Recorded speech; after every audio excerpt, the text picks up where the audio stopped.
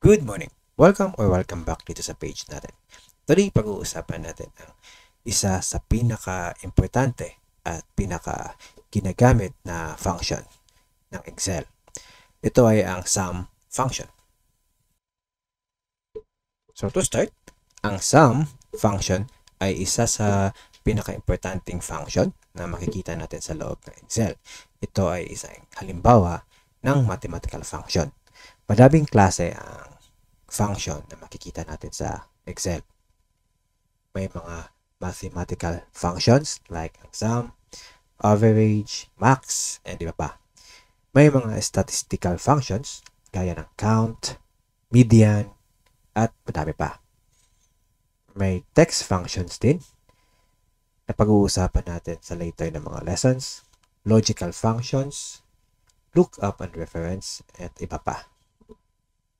Now, paano nga ba gagamitin ang sum function?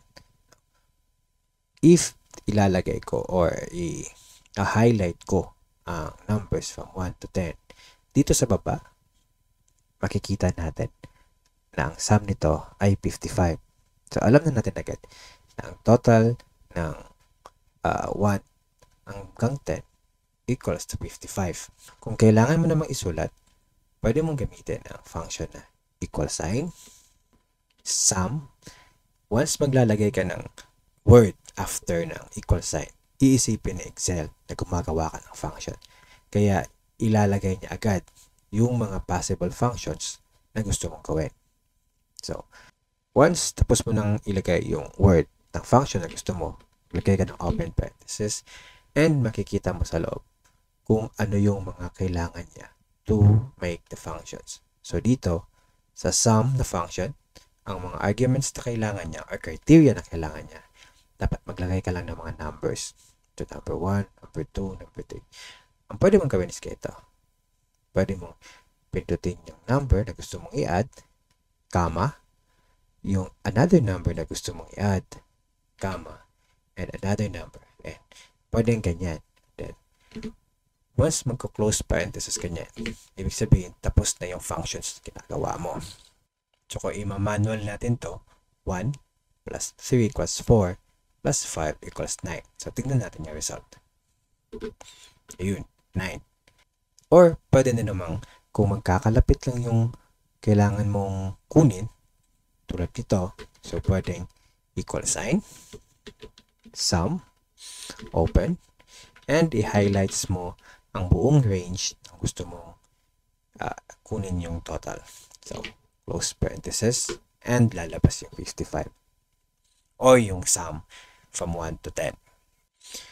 Now, pwede din naman, para maging shortcut, pindutin mo yung alt, tapos equal sign, and i-highlight niya agad yung magsasuggest sa Excel ng range ng gusto mong i-total. Now, if mali yung sinuggest ng Excel, pwede mo namang pindutin lang yung mga gusto mo. Pindutin mo lang yung control na button and yung mga cells na gusto mo i-total.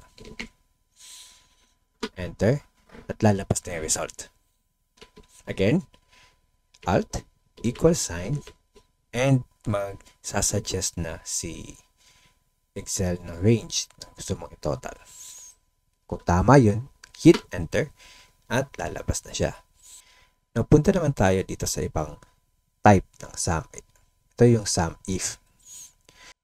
Yung sum if ay isang example ng logical function. Logical siya kasi kailangan mo magbigay ng criteria sa loob ng Excel. So, kumbaga, magbibigay ka ng criteria kung kailan lang gagana yung function na yun. For example, sum if. Ang ibig sabihin nito ay gusto nating i-total lamang yung isang bagay kapag pumasok siya sa criteria na gusto natin. For example, kailangan natin kunin ang total ng lahat ng numbers above 5. So that means 6 to 10. So ang gagawin lang natin is ito. Pwedeng equal sign and then ilagay natin yung sum if, or pwede din namang punta ka dito sa taas, dito sa insert function, pindutin mo yung insert function at lalabas yung search for function lagay mo sum if. Once pipindutin mo yung go, lalabas na yung mga sum if dito sa baba. May dalawang sum if dito. Yung sum if, tsaka yung sum if na may S. Pag-uusapan natin ito mamaya. So, balik muna tayo dito and click OK.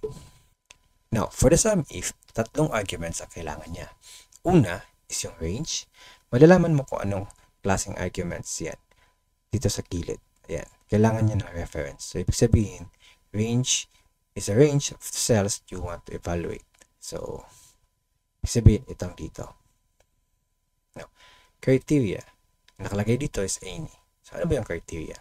It is the condition or criteria in the form of a number, expression, or text that defines which cells will be added.